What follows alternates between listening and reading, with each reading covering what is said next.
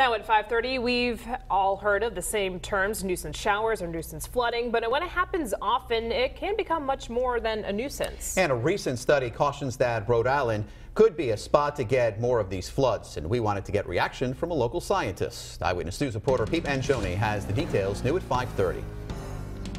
Coastal flooding can be dangerous and costly, and according to a recent paper, it could start to happen a lot more often.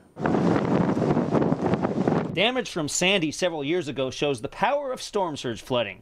But rather than focus on catastrophic flooding like Sandy, a recent paper published by NOAA scientists addresses the frequency of nuisance flooding. When I read a paper like this, it gives me pause when I think about going from a renter to an owner, considering that I live in coastal Rhode Island. Bryce Luce, URI professor of oceanography, says nuisance flooding doesn't seem that bad on its own. It has the potential to flood an area, but maybe not with the same type of sort of disaster level impact that you see with a big storm. However, the paper warns that Providence could see nuisance flooding up to 30 times a year by the year 2041.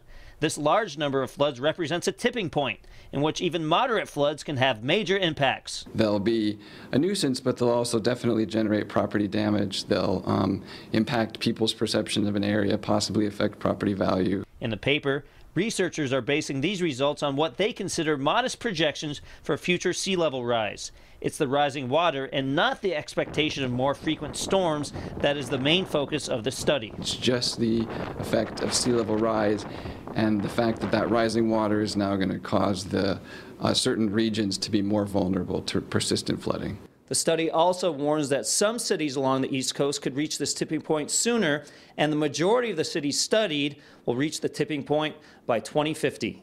I'm meteorologist Pete Mangione, Eyewitness News.